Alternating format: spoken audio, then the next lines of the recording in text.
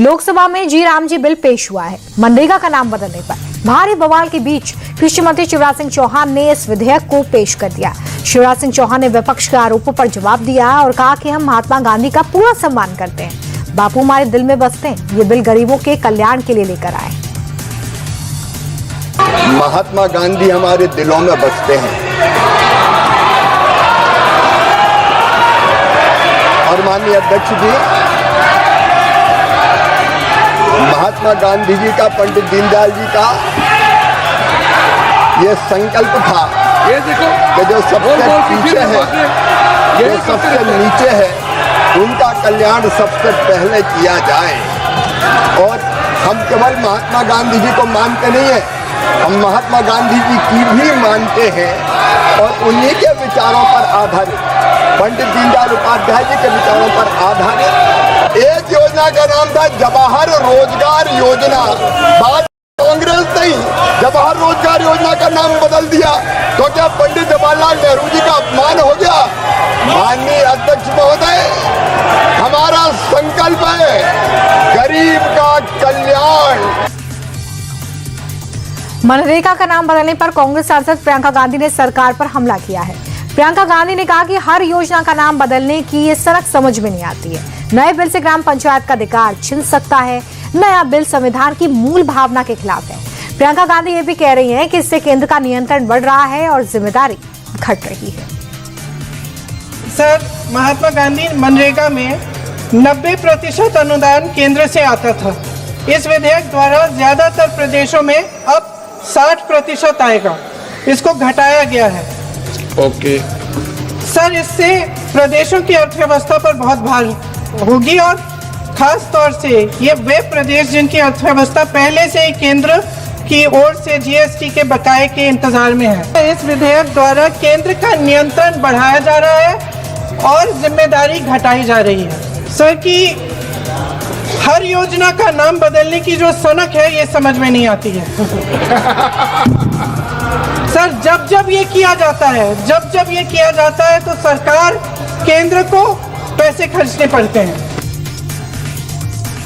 कांग्रेस सांसद मनीष तिवारी ने भी इस बिल पर सवाल खड़े किए हैं। मनीष तिवारी ने कहा कि मनरेगा देश की सबसे सफल योजना रही है। नए बिल से राज्यों पर बोझ डाला जा रहा है। ऐसा ही रहा तो योजना खत्म हो जाएगी।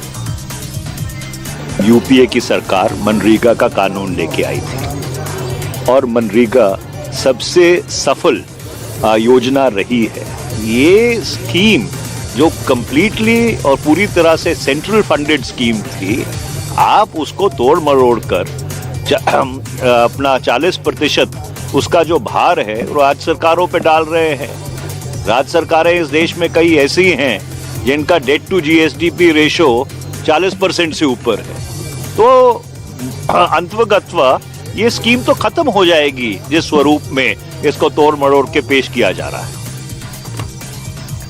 जी राम जी बिल को लेकर सपा चीफ अखिलेश यादव भी हमलावर नजर आए। अखिलेश यादव ने कहा कि बीजेपी सिर्फ नाम बदलकर दूसरे के काम को अपना बताती है। सिर्फ नाम बदलने से कुछ नहीं होगा। राज्य सरकारों को बजट इस्तेमाल करने में सहूलियत होनी चाहिए। ये नाम बदलने की संस्कृति भारतीय जनता पार्टी की बहुत पुरानी है। अब क्योंकि किसी का हटाया नहीं जा सकता किसी को, तो उसका कद हटाया जा रहा है।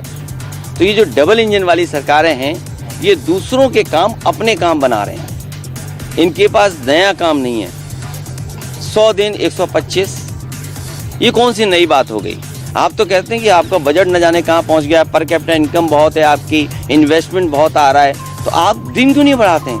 आप कम से कम 200 दिन करिए। खुशी तो तब होती जब आप 200 दिन से ऊपर ले जाते रोजगार और काम देते लोगों को, और फिर आप ऐसे नियम बना देते हैं कि आप उस योजना से बाहर नहीं जा सकते हैं। तो उसके नियम ऐसे हों, अगर नया नाम दे रहे हैं आप, दूसरे का काम अपना काम बना रहे हैं, तो आपको नियम भी ऐसे बदलने चाहिए जिससे सहूलियत हो, स्टेट गवर्नमेंट्स को थोड़ा आजादी हो उसमें बजट को इस्तेमाल करने में। विपक्ष के हमलों पर बीजेपी सांसद रविशंकर प्रसाद ने पलटवार किया। रविशंकर प्रसाद ने कहा कि राम भक्तों पर गोलियां चलवाने वाले आज राम और गांधी की बात कर रहे हैं। गांधी जी ने कभी परिवारवाद की राजनीति की बात नहीं की थी। विपक्ष के लोगों की ये मांग थी, जब कटाई बुआई का समय होता है फसल का, तो उस समय मजदूर की दिक्कत होती है, तो 2 महीने का एक्सेप्शन दिया गया है और बाकी इसको संगठित रूप से रखा गया है।